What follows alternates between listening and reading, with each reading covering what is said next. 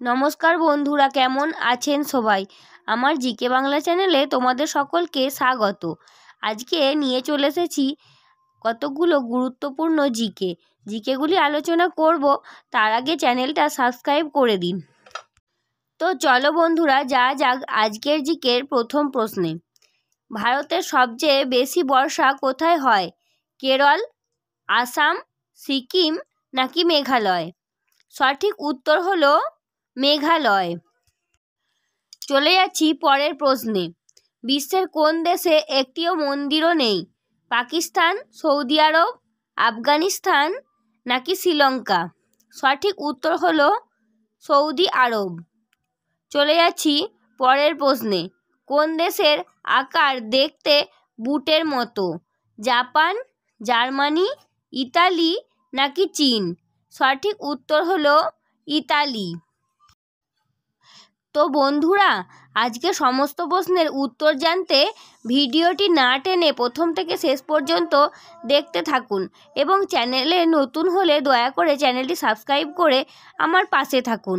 চলে যাচ্ছি পরের প্রশ্নে। প্রকৃতির সবুজ সোনা কাকে বলা হয়? মাটি, গাছ, জল নাকি সবগুলোই? সঠিক উত্তর হলো গাছ। চলে যাচ্ছি পরের প্রশ্নে। দক্ষিণ ভারতের সবচেয়ে পবিত্র নদীর নাম কি? গোদাবরী, কৃষ্ণা, কাবেরী নাকি তিস্তা? সঠিক উত্তর হলো কাবেরী।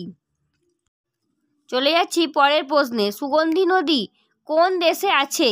চীন, ইংল্যান্ড, জাপান নাকি ভিয়েতনাম?